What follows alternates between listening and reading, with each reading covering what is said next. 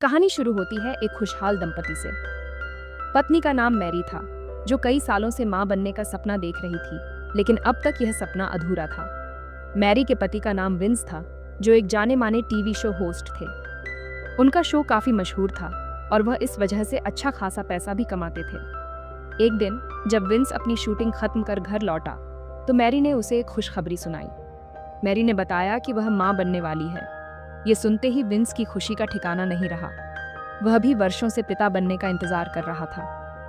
अब उसने फैसला किया कि वह मैरी का पूरा ध्यान रखेगा और उसे किसी भी तकलीफ से बचाएगा। कुछ महीनों बाद दोनों पति पत्नी एक दूसरे शहर की ओर जा रहे थे। विंस को अपने शो की शूटिंग के लिए अक्सर अलग अलग शहरों में जाना पड़ता था। रास्ते में जब उन्हें एक पेट्रोल पंप नजर आया, तो विंस ने गाड़ी रोक ली। विंस गाड़ी से बाहर निकला और पेट्रोल भरवाने लगा। मैरी, जो गाड़ी में बैठी बैठी थक चुकी थी, बाहर निकलकर आसपास टहलने लगी। अब उसकी डिलीवरी का समय करीब था, इसलिए विंस उसका खास ख्याल रखता था। इसी बीच मैरी की नज़र पेट्रोल पंप पर बंधे एक कुत्ते पर पड़ी।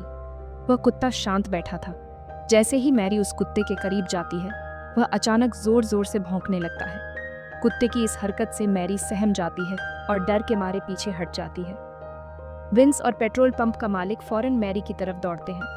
पंप का मालिक अपने पालतू कुत्ते को डांटने लगता है, जबकि विंस जल्दी से मैरी को संभालकर गाड़ी में बैठा देता है। मैरी अभी भी डर के असर में थी और तभी उसे अचानक तेज दर्द महसूस होता है। यह देखकर विंस घबरा जाता है और बिना समय गंवाए गाड़ी को अस्पताल की ओर दौड़ा देता है। कुछ ही देर में वे अस्पताल पहुंच जाते हैं। डॉक्टर तुरंत मैरी का इलाज शुरू करते हैं और बच्चे को बचाने की पूरी कोशिश करते हैं, लेकिन काफी प्रयासों के बावजूद डॉक्टर बताते हैं कि बच्चा गर्भ में ही खत्म हो चुका है। ये सुनकर विंस का दिल टूट जाता है। वह डॉक्टर से कहता है, मैरी कुत्ते से बहुत डर गई थी, कहीं इसी डर से तो कुछ नहीं हुआ। डॉक्टर उसे समझाते हैं, ऐसा कुछ नहीं हुआ, बच्चे की सही से वृद्धि नहीं हो रही थी, इसलिए वह गर्भ में ही खत्म हो गया। डॉक्टर की बात सुनकर विंस चुप हो जाता है, लेकिन मैरी अभी भी इस सदमे से उबर नहीं पाई थी। कुछ दिन बाद की कहानी शुरू होती है। विंस ने तय किया कि वह मैरी को इस सदमे से बाहर निकालेगा, इसलिए वह उसे एक खूबसूरत टापू पर लेकर आता है। यह जगह शांत थी। मैरी और विंस टापू पर घूमते हुए समुद्र के किनारे टहल रहे थे। इसी दौरान उनकी नज़र एक कुत्ते पर पड़ी। यह वही कुत्ता था जिसे मैरी ने पेट्रोल पंप पर देखा था। ऐसा लग रहा था कि उसके मालिक ने उसे इस टापू पर अकेला छोड़ दिया था। मैरी ने तुरंत उसे पहचान लिया और उसे देखकर उसे एक अजीब सा अपनापन महसूस हुआ। थोड़ी देर घूमने के बाद जब वे वापस अपने घर लौटने लगे, तो कुत्ता उनकी गाड़ी के पीछे पीछे दौड़ने लगा। मैरी ने जब उसे गाड़ी के पीछे भागते देखा, तो उसने विंस से गाड़ी रोकने को कहा। विंस ने गाड़ी रोकी और मैरी ने कुत्ते को अंदर बिठा लिया। अगले दिन मैरी और विंस अपने घर लौट आए। मैरी कुत्ते को अपने साथ पार्क में घुमाने ले गई। घूमते घूमते उसे लगा कि इस कुत्ते को एक नाम देना चाहिए। उसने उसे रूसो नाम दिया और उसे इसी नाम से बुलाने लगी।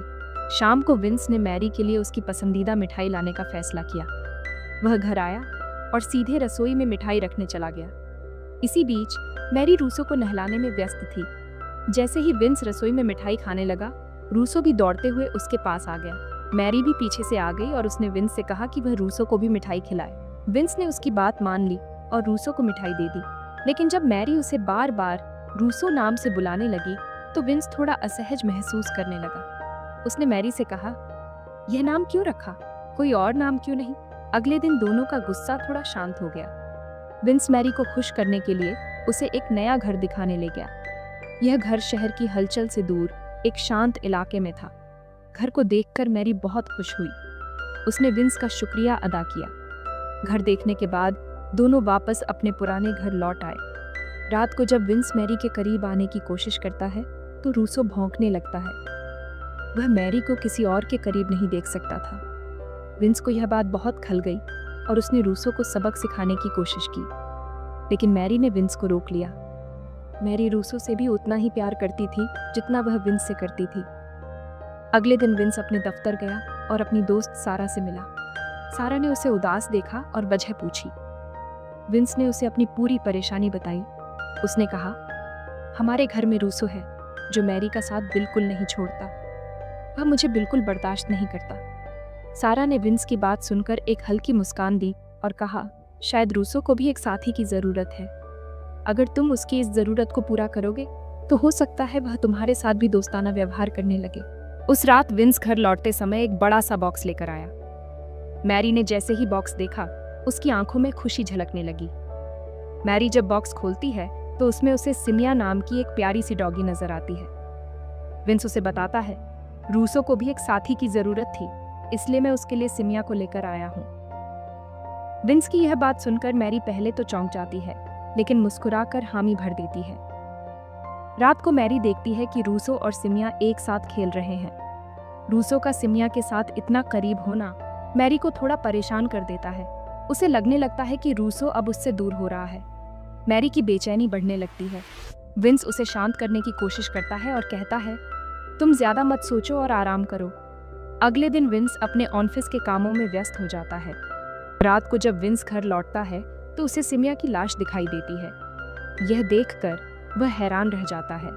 मैरी उसे बताती है, सिमिया ने कुछ गलत खा लिया था, जिससे उसकी मौत हो गई। विंस को यह बात थोड़ी अजीब लगती है, लेकिन वह मैरी की बात मान लेता है। असल में सच्चाई यह थी कि सिमिया को मैरी नहीं मारा था। उसे जलन होने लगी थी, क्योंकि वह नहीं चाहती थी कि रूसो किसी और से इतना लगाव रखे। अगले दिन मैरी रूसो के साथ बैठी हुई थी। वह रूसो को अपनी पुरानी तस्वीरें दिखा रही थी। उसे अपने बचपन की और अपने माता पिता की बातें बता रही थी।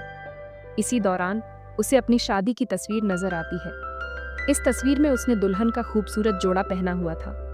मैरी शादी के समय की तस्वीर देखकर मुस्कुराती है और रूसो से कहती है, आज मैं तुम्हारी दुल्हन बनकर देखती हूँ, क्या पता इससे कुछ अच्छा हो जाए।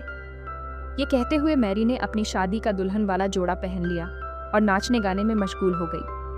रूसो भी उसके साथ खेलने और मस्ती करने लगा। काफी देर मस्ती करने के बाद मैरी और रूसो बैठकर टीवी देखने लगे। टीवी पर विंस का मशहूर शो आ रहा था। उसे देखते देखते मैरी थककर बिस्तर पर लेट गई। रूसो पास ही बैठा था, लेकिन थोड़ी देर में वह उसके पैर छूने लगा, जिसके साथ ही मैरी गर्म हो जाती है। देर रात जब विंस घर लौटा और मैरी के कमरे में आया तो उसने देखा कि मैरी बिस्तर पर दुल्हन के जोड़े में सो रही है। लेकिन उसे और ज्यादा हैरानी तब हुई जब उसने देखा कि रूसो भी उसी बिस्तर पर मौजूद है। विंस जैसे ही मैरी के पास जाने की कोशिश करता है, रूसो तुरंत सतर्क हो गया। उसने विंस को दांत दिखाकर पीछे हटने पर मजबूर कर दिया। दुल्हन के लिबास पर रूसो के पैरों के निशान थे। निशान देखकर विंस समझ गया कि मैरी की गुफा में धमाके हुए हैं। अगली सुबह विंस सोफे से उठता है। जब विंस घर लौटकर मैरी के पास आता है तो मैरी उससे पूछती है कि वह सोफे पर क्यों सो रहा था। विंस उसके सवाल का जवाब नहीं देता और चुपचाप रहने लगता है। उसी समय रूसो गलती से चाय के बर्तन गिरा देता है, जिससे विंस का गुस्सा और बढ़ जाता है। गुस्से में वह बिना कुछ कहे काम पर चला जाता है। शाम ढलते ही विंस एक बार में बैठकर शराब पीने लगता है। उसका दिमाग घर की परेशानियों में उलझा हुआ है। वहीं दूसरी ओर मैरी अपने प्यारे रूसो के साथ समय बिता रही थी, जो उसे हमेशा सुकून देता था। विंस देर रात घर लौटता है। वह इस समय पूरे नशे में था और उसकी हालत देखकर मैरी ने रूसो को दूसरे कमरे में भेज दिया। विंस आज मैरी की गुफा में धमाके करना चाहता था। वह जल्दी जल्दी मैरी को एक कमरे में लाकर दरवाजा बंद करता है और फिर उसके साथ शुरू हो जाता है। रूसो मैरी के पास जाना चाहता था। रूसो बाहर से दरवाजा खटखटाता रहता है, लेकिन विंस उसे अंदर नहीं आने देता। अगले दिन विंस एक पादरी के पास जाता है। विंस, जो धार्मिक विचारों का था, पादरी की बातों को मानता था। उसने पादरी को अपनी परेशानी बताई कि उसे लगता है कि मैरी और रूसो के बीच का रिश्ता उसकी शादी को बर्बाद कर रहा है। पादरी ने विंस को सुझाव दिया कि रूसो को कहीं और ले जाकर छोड़ देना चाहिए ताकि उसकी शादी सुधर सके। उसने विंस को एक महिला के बारे में बताया जो जानवरों की देखभाल करती थी। पादरी का सुझाव सुनकर विंस आश्वस्त हो गया। विंस ने पादरी की बात मान ली और रूसो को ले जाने की योजना बना ली। वह अपनी गाड़ी में रूसो को बिठाकर तेज रफ्तार से उस महिला के पास ले जाने लगा। मैरी और विंस गाड़ी में बैठे हुए थे। उनके साथ रूसो भी था। विंस ने तय कर लिया था कि वह रूसो को उस महिला के पास छोड़ देगा जो जानवरों की देखभाल करती थी।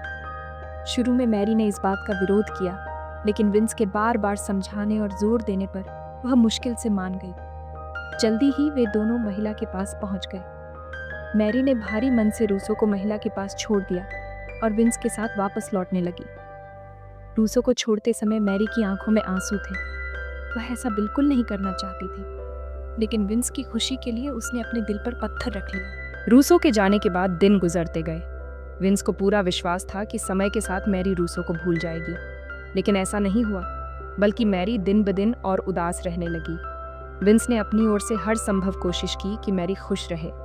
कभी वह उसे कहीं बाहर ले जाता तो कभी कोई तोहफा ला कर देता, लेकिन उसकी सारी कोशिशें नाकाम रहीं। कई महीनों बाद रूसो की यादें मैरी के सपनों में भी आने लगी। वह सपने में उसे अपने पास महसूस करती और दिन भर उसी के ख्यालों में खोई रहती। वह रूसो से इतना जुड़ चुकी थी कि उसे भुलाना उसके लिए असंभव हो गया। इसी बीच एक दिन डॉक्टर का फोन आया। डॉक्टर ने बताया कि मैरी माँ बनने वाली है।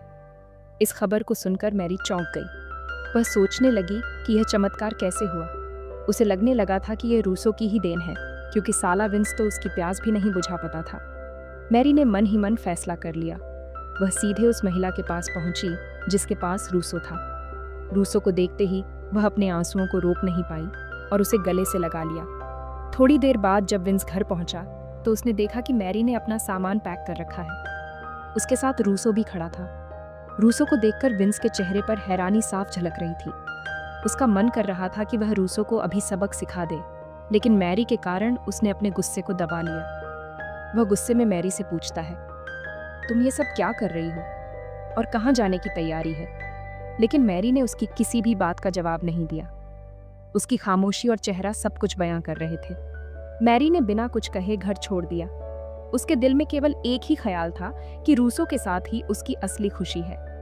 उसे अब भी यह विश्वास था कि रूसो की वजह से ही वह मां बनने वाली है। इसी विश्वास और अपने दिल के फैसले के साथ वह रूसो के साथ एक नई जिंदगी की शुरुआत करने निकल पड़ी।